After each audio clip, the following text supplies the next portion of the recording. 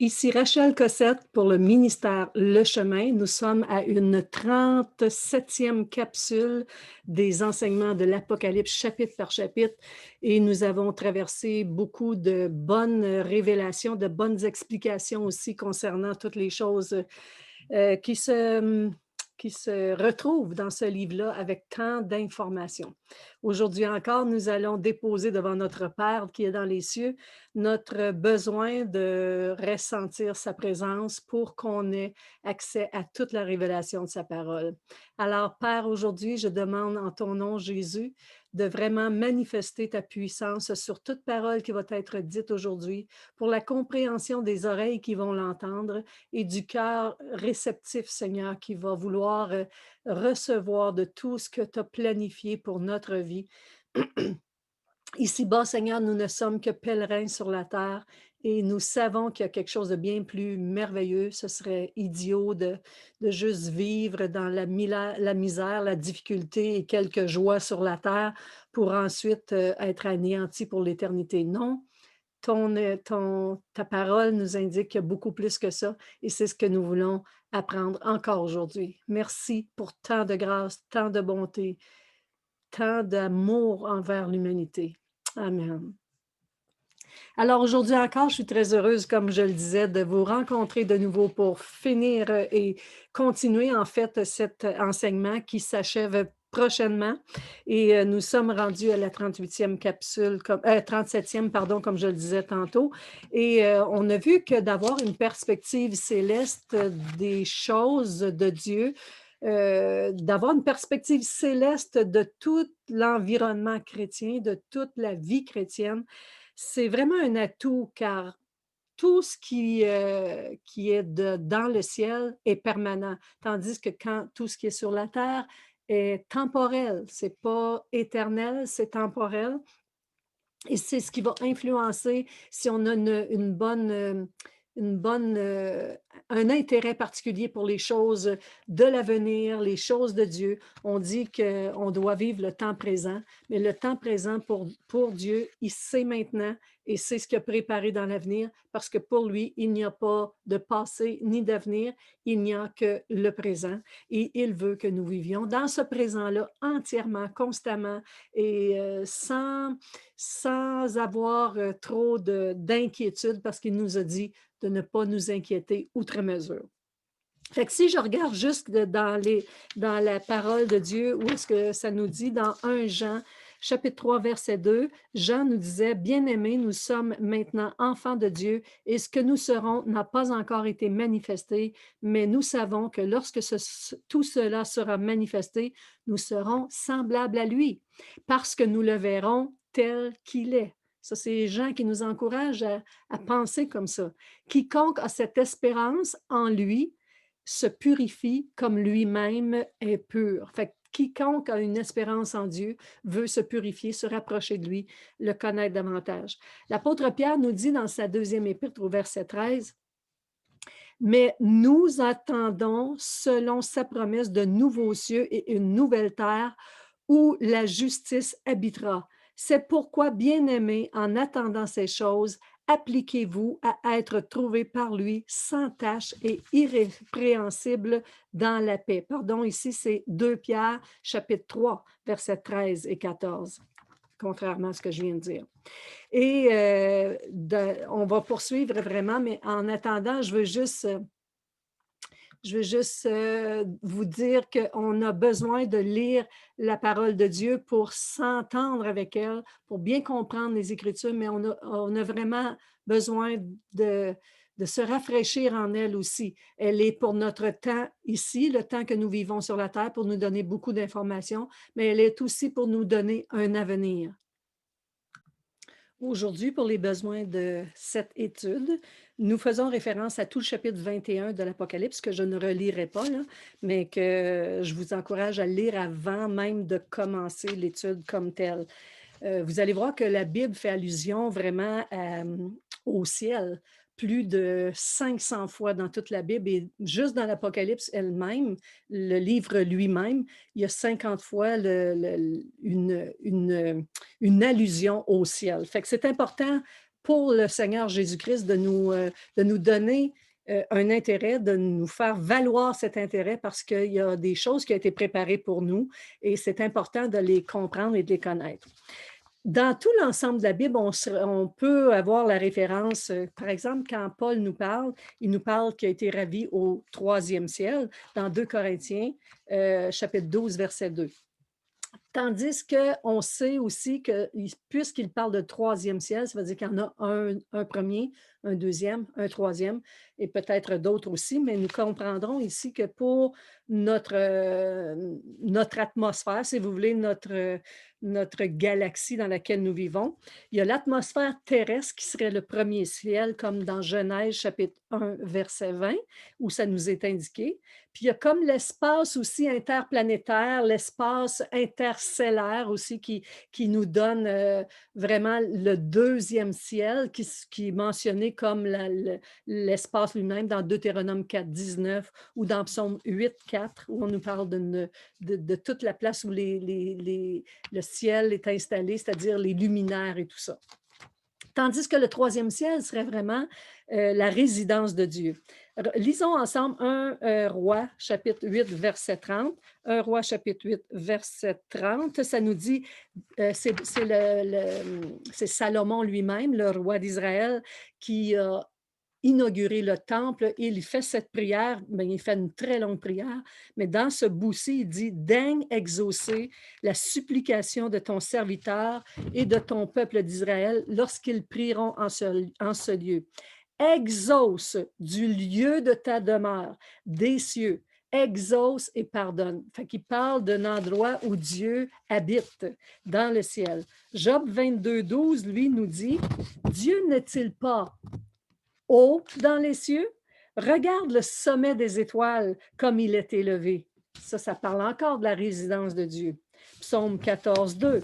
L'Éternel du haut des cieux regarde les fils de l'homme pour voir s'il y a quelqu'un qui soit intelligent et qui cherche Dieu. Donc, on parle du haut des cieux. Dieu est là. Matthieu chapitre 5, verset 34. Jésus va dire, mais moi, je vous dis de ne jurer aucunement, ni par le ciel, parce que c'est là le trône de Dieu. Donc, Jésus nous dit que le ciel, c'est le trône de Dieu. On parlerait ici du troisième ciel. Hébreux 9, 24. Car Christ n'est pas entré dans un sanctuaire fait de main d'homme en en imitation du véritable, pardon, mais il est entré dans le ciel même afin de comparaître maintenant pour nous devant la face de Dieu. Ça fait que c'est là, donc il n'est pas allé dans les étoiles ou dans le soleil, dans l'atmosphère, le deuxième ciel, il est allé dans le troisième ciel où habite Dieu et précisément. Là, on va regarder dans le verset 1 du chapitre 21, justement, où ça nous dit « Puis je vis un nouveau ciel ». C'est Jean, l'apôtre Jean, qui reçoit cette révélation-là de la part de l'ange qui parle au nom de Jésus. « Puis je vis un nouveau ciel, une nouvelle terre.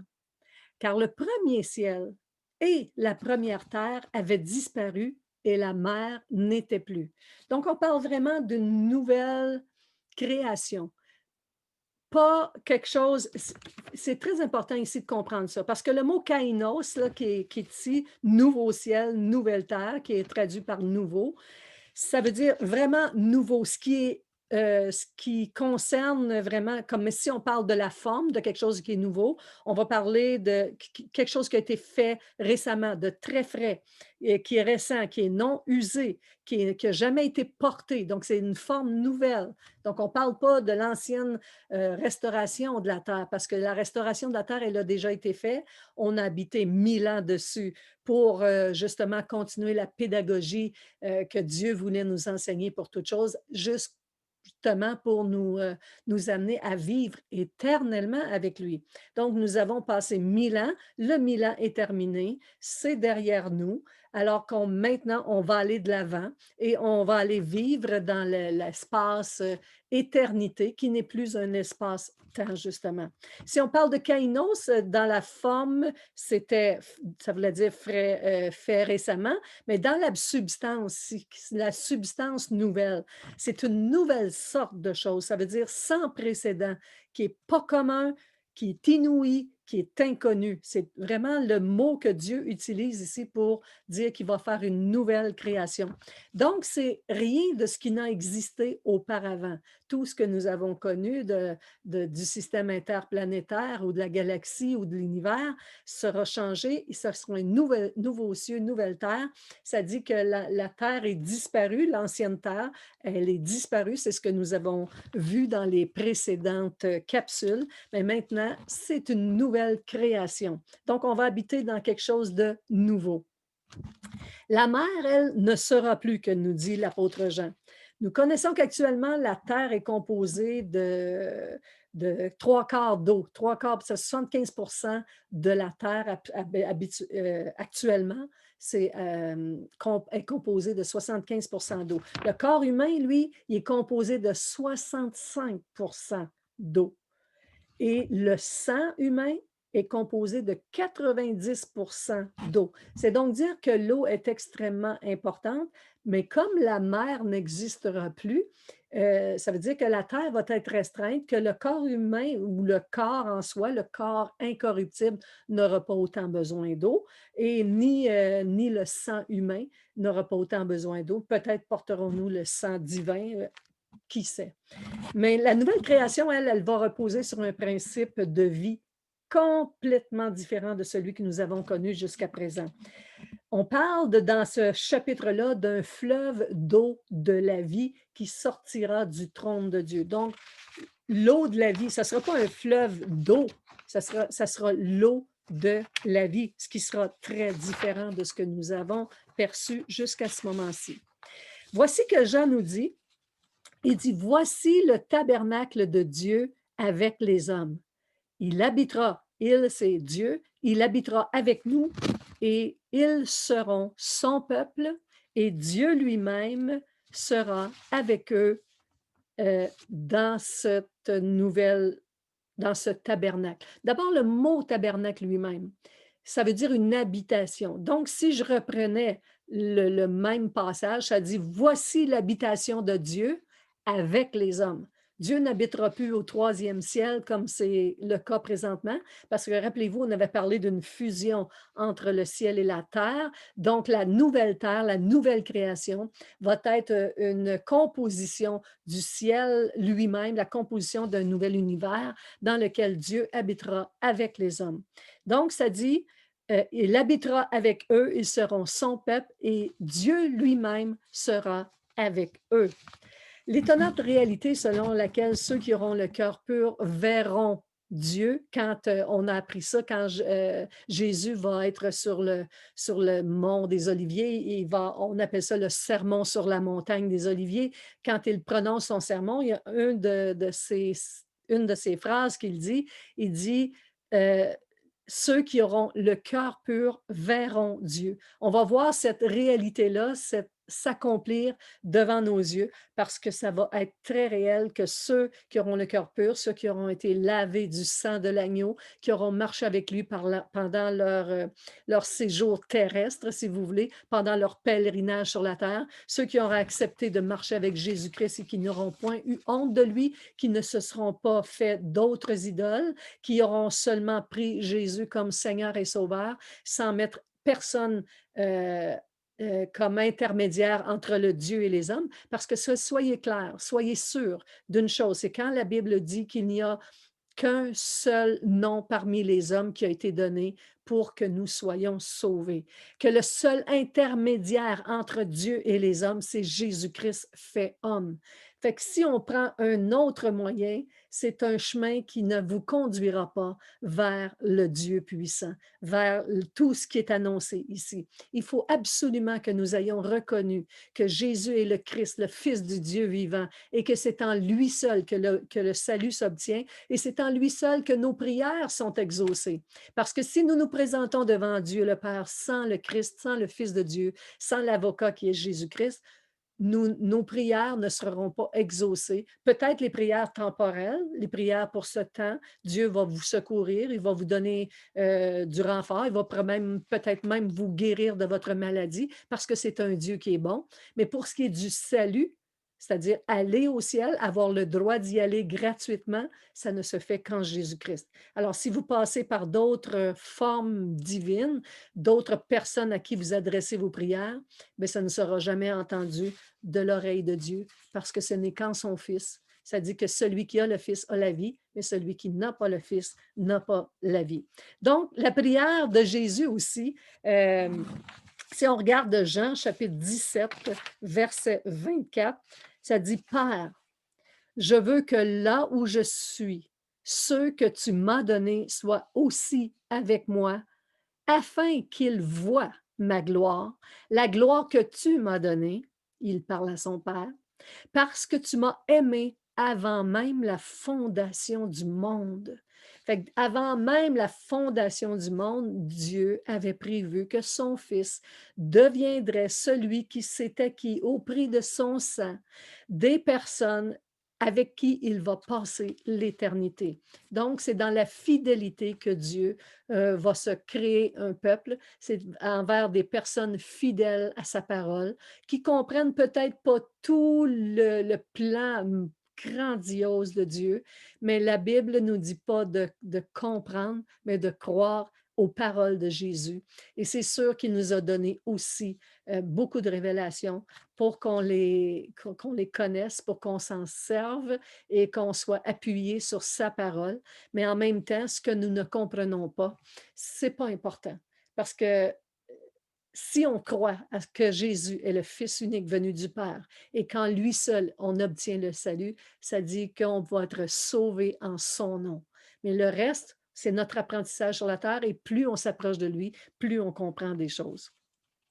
C'est très intéressant ce que Jésus nous dit ici. Il dit, là où je suis, je veux que ceux que tu m'as donnés soient avec moi, qu'ils soient là, eux aussi, afin qu'ils voient ma gloire, la gloire que tu m'as donnée avant même la fondation du monde. Extrêmement intéressant. Le ciel et la terre seront réunis. Dans Éphésiens chapitre 1, verset 10, Éphésiens chapitre 1, verset 10, excusez-moi, j'ai perdu. Ah oui, ça dit pour le mettre à exécution, on parle du plan de Dieu ici, pour le mettre à exécution lorsque les temps seraient accomplis, de réunir toutes choses en Christ, celles qui sont dans les cieux et sur la terre. Ça fait vraiment partie du plan de Dieu, de réunir toutes choses, c'est-à-dire ce qui avait été brisé par Lucifer en coupant la création de Dieu, en exerçant une autorité qu'il s'est privilégiée sur la terre, en décevant l'homme, en le séduisant pour lui faire admettre qu'il aurait peut-être une plus grande autorité s'il mangeait le fruit de l'arbre de la connaissance du bien et du mal. Lorsqu'ils ont été tentés, ils ont été brimés dans leur vie que Dieu leur accordait pour l'éternité. Ils avaient la vie éternelle, mais ils se sont éteints de cette éternité qui leur avait été accordée. Maintenant, si nous regardons en fait que ce ciel et cette terre vont être réunis, voici ce que le verset 5 nous dit. Et celui qui est assis sur le trône, il dit, voici, je fais toutes choses nouvelles. Et encore une fois, c'est le mot kairos qui est ici. Je fais toutes choses nouvelles, c'est-à-dire quelque chose qui n'a jamais existé avant.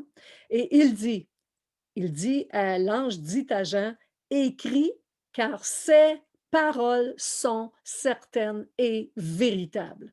C'est véritable. En plus, quand il prend la peine de dire écris ça parce que c'est certain et véritable, qu'est-ce qui est certain et véritable? C'est ce qu'il vient de dire. Il dit voici, je fais toutes choses nouvelles. C'est certain et véritable que ce ne sera pas comme ce qu'on a déjà vu, ce sera pas, ça va dépasser l'imagination humaine et on peut juste se plaire à prendre part à ce que Dieu nous donne comme révélation et on va apprendre davantage sur cette habitation éternelle dans laquelle nous allons vivre dans les prochaines capsules. Il continue ce verset au verset 5 en disant « c'est fait ». Je suis l'alpha et l'oméga. Et là, c'est Jésus lui-même. Ce sont les paroles de Jésus, puisqu'il est l'alpha et l'oméga, le commencement et la fin. Qu'est-ce que Jésus est en train de dire ici? Il est en train de dire, c'en est fait, c'est terminé. Il dit, je suis l'alpha et l'oméga, le commencement et la fin. Le commencement, c'est le début de la création, lorsqu'on est arrivé dans la création ultime que nous connaissons. Et la fin, c'est la fin de cette création-là. Donc, ce sera ça, la fin des temps. Et là, on va entrer dans l'éternité, une autre dimension que nous ne connaissons pas véritablement encore. Le verset 9, il dit, viens, on parle toujours du chapitre 21, il dit, viens, Jean, c'est-à-dire l'ange, dit, viens, je vais te montrer l'épouse, la femme de l'agneau. Donc, l'épouse de Christ, la femme de l'agneau qui est Jésus-Christ, il me transporta en esprit sur une haute montagne et il me montra la ville sainte, Jérusalem qui descendait du ciel d'auprès de Dieu. Imaginez le panorama dans lequel Jean est transporté. Il me montra la ville sainte. Qu'est-ce qu'il vient de dire? Je vais te montrer l'épouse, puis il lui montra la ville sainte, Jérusalem qui descendait du ciel. Mais attention, donc la ville est représentée, l'épouse ici, quand il dit, je vais te montrer la femme de l'agneau, il dit, voici la ville, il lui montra la ville sainte. Maintenant, la Bible nous fait référence à trois aspects de la Jérusalem qui a tellement été au cœur de Dieu depuis le début des Écritures, depuis la Genèse jusqu'à présent, jusqu'à la fin justement des temps. Puis même plus, elle va avoir une importance capitale dans l'éternité aussi. Donc, ce n'est pas terminé l'histoire de Jérusalem. On a vu la Jérusalem historique, la Bible nous parle de la cité de David, cette Jérusalem dans laquelle Dieu voulait amener son royaume, que les Juifs ont habité tant bien que mal, parce qu'ils ont tellement désobéi qu'ils ont été déportés. Ils sont revenus en 1948 et ils ont réhabité. Vraiment, ils ont refondé le pays qui s'appelle Israël. Et maintenant que nous savons que ces écritures-là sont accomplies, ça nous donne des signes vraiment majeurs du retour de Jésus prochainement. Parce que c'était une des prophéties les plus marquantes, que lorsque Jésus viendrait rétablir et rappeler, bien, tous les Juifs ne sont pas en Israël présentement encore, et il y a encore des gens qui devront revenir en Israël et nous verrons ça. Nous avons vu, j'en ai parlé un peu, mais ça revient aussi en force lorsque le diable, justement, aura incarné la personne de l'Antéchrist, et lorsque les Juifs penseront qu'il est le Messie, beaucoup de Juifs reviendront en Israël à cette époque-là. Donc, il y a aussi la Jérusalem dont nous a parlé le livre qui nous indiquait, le chapitre 20, lorsqu'on va vivre 1000 ans de paix. La Jérusalem, elle est terrestre encore, et c'est la Jérusalem restaurée. C'est le lieu où les nations du monde vont aller adorer, vont se rendre pour l'adoration. Et vous rappelez-vous que pendant le temps du millénium, la mort existe encore. Mais il n'y a pas de séduction. C'est un 1000 ans de paix. C'est comme si nous vivions sur une terre complètement restaurée, cette terre que nous connaissons, qui est restaurée. Rappelez-vous aussi que les corps que nous allons avoir ne prendront pas d'espace matériel, fait qu'on sera d'innombrables de personnes à vivre sur la terre, mais nous qui sommes ressuscités à ce moment-là, qui serons ressuscités à ce moment, nous allons avoir un corps qui ne prendra pas d'espace comme tel matériel. C'est pourquoi nous allons pouvoir vivre des myriades de personnes sur la terre.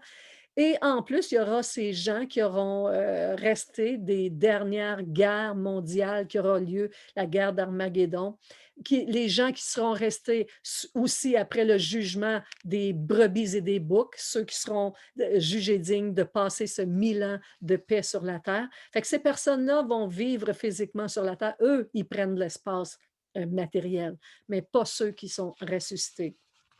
Alors, cette Jérusalem rétablie, c'est toute l'époque du millénium où les habitants de la terre vivront euh, une paix comme n'y en a jamais existé. Ça va être vraiment une paix mondiale à tous les niveaux, et et l'atmosphère, même la vie humaine, la longévité de l'homme va avoir augmenté au point, de vivre les 1000 ans sans mourir, sauf ceux qui vont réussir à pécher malgré que la séduction n'est pas là. Ils sont toujours dans la forme d'un pécheur. Donc, il est possible qu'ils puissent pécher, mais ceux-là mourront instantanément et s'en iront directement dans les temps de feu. Donc, la troisième version de la Jérusalem, si vous voulez, c'est cette Jérusalem qui nous est présentée, qui descend du ciel. Fait que Jean vient de nous le dire ici, il dit, il me montra la ville sainte et celle qui, on va le voir un peu plus loin, elle descend du ciel, cette Jérusalem qui est complètement unique en son genre, qui n'a jamais été comme celle que nous avons connue jusqu'à présent. Donc, cette capitale, ça va devenir la capitale de l'État éternel, ça veut dire que ça ne sera plus un État temporel, mais éternel. C'est pas la Jérusalem que nous avons connue, qui n'est pas de la création actuelle, mais elle va plutôt porter les attributs et la présence de l'épouse. C'est pourquoi quand l'ange dit, voici, je vais te montrer l'épouse, il lui montre la ville contient l'épouse fait partie intégrante de toute cette ville. Donc, c'est une cité épouse. C'est une cité qui a le caractère de l'épouse de Christ, de celle qui s'est dévouée, celle qui a été fidèle, celle qui a rencontré, qui a été trouvée irrépréhensible devant Dieu. L'Ancien Testament a présenté vraiment la terre d'Israël comme une épouse et Jérusalem, c'était comme la ville, comme une ville fiancée. Laissez-moi vous lire Ésaïe chapitre 61, verset 10 jusqu'à 11 probablement. Donc, il dit, je me réjouirai en l'Éternel, mon âme ravit l'allégresse en mon Dieu, car il m'a revêtu des vêtements du salut, il m'a couvert du manteau de la délivrance, comme la fiancée s'orne d'un diamant, comme la fiancée se pare de ses joyaux, car comme la terre fait éclore son germe, et comme un jardin fait pousser ses semences, ainsi le Seigneur l'Éternel fera germer le salut et la louange en présence de toutes les nations. Ésaïe 62, 3 dit, tu seras une couronne éclatante dans la main de l'Éternel, un turban royal dans la main de ton Dieu. On ne te nommera plus délaissé, on ne nommera plus la terre désolation, mais on appellera mon plaisir, mais on t'appellera mon plaisir en elle, et on l'appellera la terre épouse, car l'Éternel met son plaisir en toi, et ta terre aura un époux. Quelle grande révélation que nous donnent ces deux passages. La nouvelle Jérusalem, donc, qui descend du ciel, est désignée comme étant l'épouse. Quand Abraham avait justement ce désir et cet intérêt particulier pour les choses de Dieu, ça fait longtemps qu'Abraham a été sorti d'un monde d'idolâtrie, si vous voulez. Ça fait longtemps qu'Abraham a été appelé à sortir d'un peuple qui se tournait vers d'autres dieux. Mais quand Abraham a marché avec Dieu, voici que la lettre aux Hébreux nous déclare, c'est que quand il attendait la cité, on parle d'Abraham ici, quand il attendait la cité qui a de solides fondements, celle dont Dieu est l'architecte et le constructeur. Donc, Abraham s'attendait il y avait une attente fébrile justement de cette cité qui avait de solides fondements et dont Dieu est seul est l'architecte et le constructeur. Fait qu'il s'attendait à une autre forme de création, si vous voulez, sans tout connaître et sans tout avoir de révélation.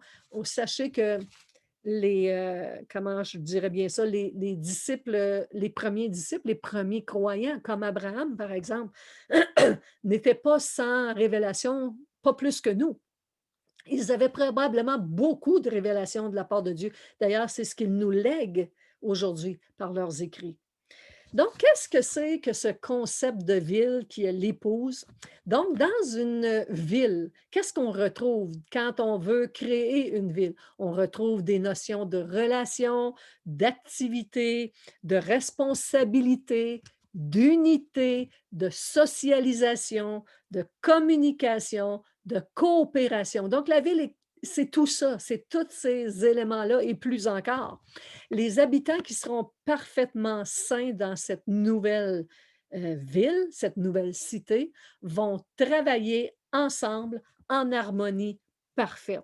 Ce sera un temps où il n'y aura plus de prétention, il n'y aura plus de distinction, à faire entre les habitants, il n'y aura plus de comparaison, il n'y aura plus de jalousie, plus de mauvaise volonté, plus de capitalisme et plus de communistes, en fait. Il y aura plus de ces traits-là. Ce sera une harmonie parfaite entre ces habitants qui travailleront main dans la main pour le reste de l'éternité en harmonie parfaite. Le verset 3 nous disait: il habitera avec eux. On parle de Dieu ici. Ils seront son peuple. Ici, on parle des habitants. Et Dieu lui-même sera avec eux.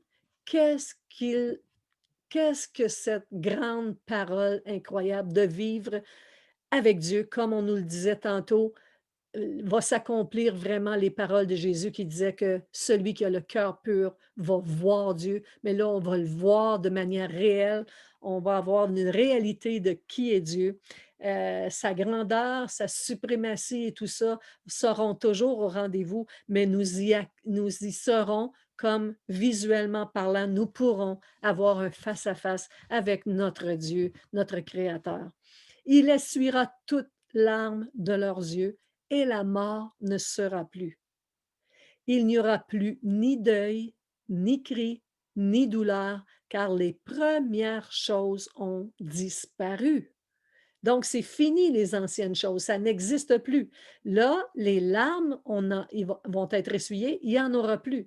La mort ne sera plus. Rappelez-vous que dans le temps du millénium, la mort était toujours présente, même si il y en avait beaucoup moins.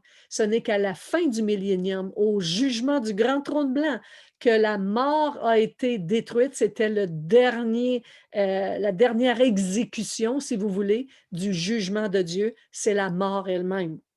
Donc, il n'y aura plus de deuil puisqu'il n'y aura plus de mort.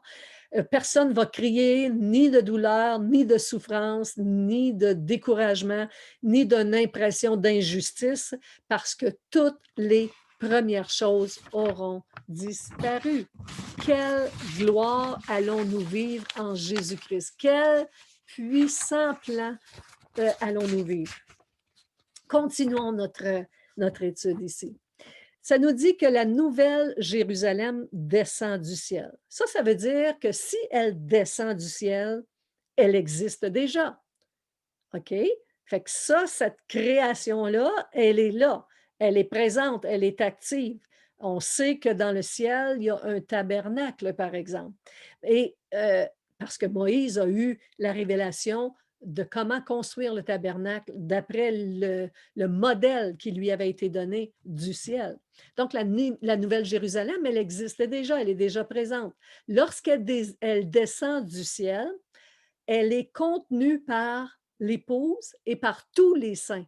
Parce qu'on nous dit ici qu'elle est remplie, les esprits des justes parvenus à la perfection. C'est comme ça qu'il l'appelle. Des myriades d'anges, elle est aussi contenue des myriades d'anges et de Dieu lui-même. Lisons Hébreux 12, 22 ici et 23.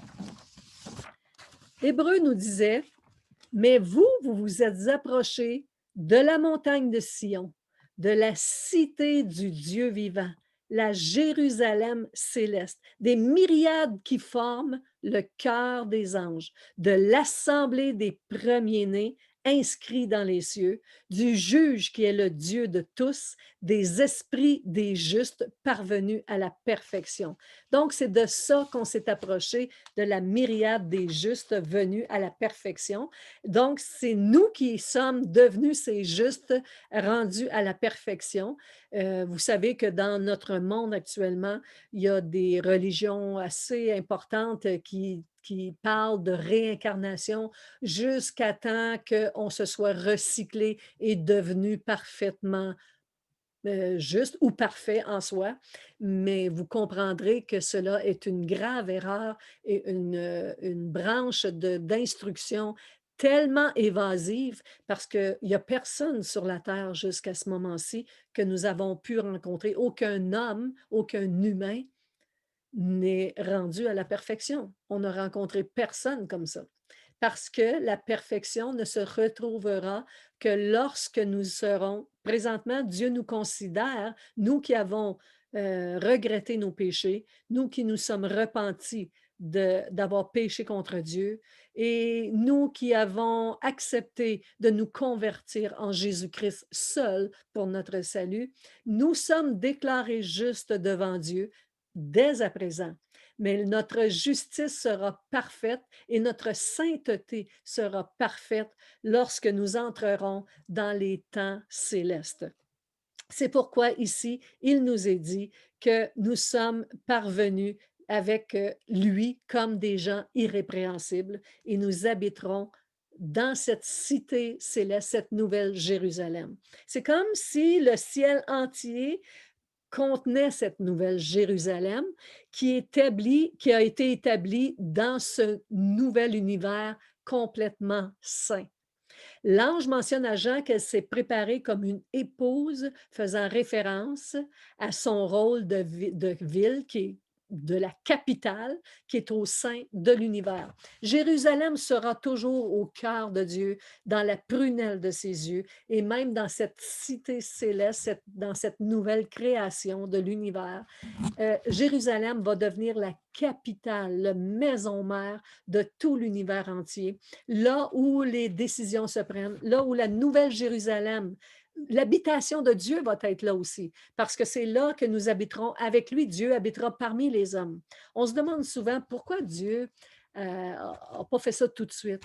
Pourquoi est-ce qu'il n'a pas décidé de tout créer comme ça tout de suite, puis qu'il n'y en ait pas eu de péché, puis qu'il n'y en ait pas eu de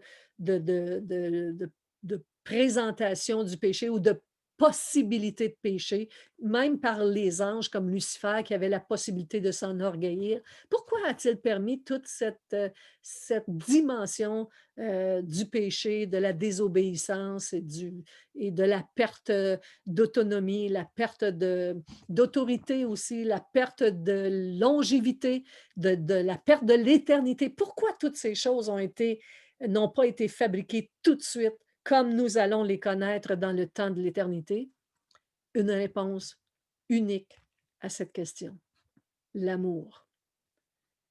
Si Dieu avait créé l'homme tout de suite dans cette forme-là, l'amour ne serait pas une décision, parce que l'amour, c'est une décision. C'est une décision de fidélité, c'est une décision d'appartenance, c'est une décision de collaboration. L'amour, c'est quelque chose de beaucoup plus grand que juste d'avoir des becs sur la joue puis des bras qui nous entourent. C'est une décision ferme. Fait que comment un homme aurait pu prendre une décision s'il avait été créé immédiatement, ou même les anges, comment est-ce qu'ils auraient pu être créés? Comment Dieu aurait-il pu recevoir cet amour-là s'ils avaient été créés sans possibilité de s'enorgueillir ou de pécher? C'est simplement la raison pour laquelle Dieu a planifié tout ça. Fait qu'imaginez-vous que tous ceux qui marcheront dans l'univers avec lui auront un jour pris cette décision d'amour, de répondre à l'amour de Dieu, par de la fidélité, par de la confiance en lui, par une association avec lui, par de l'intégrité absolue. Alors que là, plus rien n'existera de mal, ce sera la perfection pour tous et Dieu sera satisfait parce qu'il aura créé une génération, c'est-à-dire un peuple, une épouse fidèle qui s'est approprié les choses de Dieu. Grand est l'amour de Dieu. Donc, on voit aussi que Jésus s'en va nous préparer une place. Rappelez-vous quand Jésus nous avait dit ça. Lisons Jean 14, verset 2. Jean 14, verset 2 nous dit, mais c'est Jésus lui-même qui, lorsqu'il était avec ses disciples, il priait et il a dit à ses disciples, il y a plusieurs demeures dans la maison de mon Père. Si cela n'était pas vrai, il dit, je vous l'aurais dit. Si ce n'est pas ça qui existerait, là, je ne vous en parlerai même pas. Parce qu'il y a quelque chose après la mort qu'il est en train de nous dire. Il y a des demeures plus solides et plus intentionnelles de Dieu, plus à l'image de Dieu que qu'est-ce que nous sommes en train de vivre. Il est en train de dire ça à ses disciples. Il dit, je m'en vais au ciel. Vous préparez une place.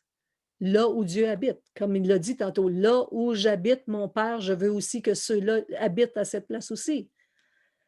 Et lorsque je m'en serai allé, nous dit Jésus, je vous aurai préparé une place. Il dit, lorsque je vous aurai préparé une place, il dit, je reviendrai et je vous prendrai avec moi afin que là où je suis, vous y soyez aussi.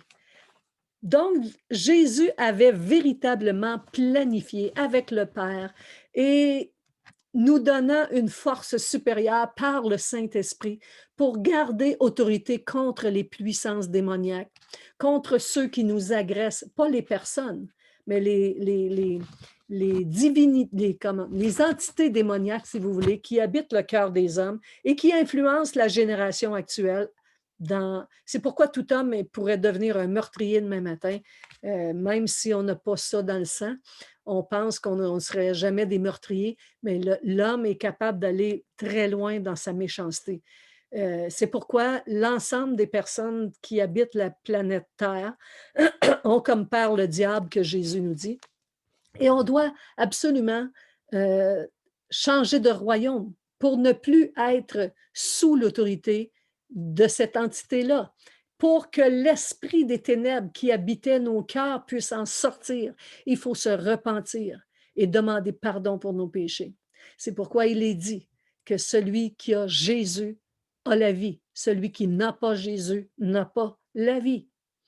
Considérez avec sagesse les paroles qui vous sont dites aujourd'hui, car elles sont là pour votre instruction, pour vous donner un accès privilégié dans l'éternité que Dieu a placée. Donc, quand Jésus dit qu'il s'en va nous préparer une place et qu'il va venir nous chercher pour nous faire entrer dans cette place-là, c'est une vérité absolue. Le verset 21 et 22 du même chapitre nous dit qu'il n'y aura pas de temple dans cette nouvelle Jérusalem. Pourquoi pas de temple? Parce que le temple, c'était le lieu où on allait adorer, n'est-ce pas? Rappelez-vous que le temple a toujours été le lieu où on allait adorer Dieu, prier Dieu et élever des louanges à Dieu. Mais là, on n'aura pas de temple dans cette nouvelle Jérusalem que nous donne la révélation du chapitre 21, parce que ça dit Dieu lui-même et l'agneau est le temple. C'est-à-dire, le temple est son temple, le temple de Jérusalem. Le temple, son temple à Jérusalem, cette nouvelle Jérusalem qui descend du ciel, c'est-à-dire cette Jérusalem n'a pas besoin de temple. Le temple, c'est Dieu lui-même. Son temple, c'est Dieu, le Père et l'agneau. Donc, il n'y a pas besoin de lieu pour adorer. Nous serons immergés de la présence de Dieu, complètement assouvis de sa lumière, de la lumière que Dieu va projeter en nous à cette époque-là. C'est un peu ce que nous avons vu aujourd'hui et encore une fois, je vous implore de ne pas prendre à la légère les paroles qui vous sont dites aujourd'hui parce qu'elles sont précieuses pour votre instruction. Elles sont précieuses pour votre salut, pour que vous entriez dans les demeures éternelles de Dieu. Sachez que Dieu est réel Il n'en existe aucun autre. Tout ce que les hommes fabriquent, c'est de la pierre, ce sont des idoles, ce sont des gens, comme la Bible nous enseigne dans le livre d'Ésaïe et plusieurs places ailleurs. Et ça nous est dit que les idoles qu'on se fait, ce sont c'est de la pierre. Il n'y a plus personne là pour répondre à nos prières. On a fabriqué ça avec du bois, de la pierre, on a sculpté des idoles, on les a adorées telles quelles, on les place sur des tribunes. Elles n'ont ni oreilles pour entendre, ni yeux pour voir, ni de bouche pour parler, tandis que Jésus parle. Jésus nous parle. C'est un fait réel que ceux qui sont en communion avec Dieu par Jésus-Christ ont une relation de dialogue avec Dieu. Recevez ce privilège aujourd'hui même et considérez la grandeur de Dieu.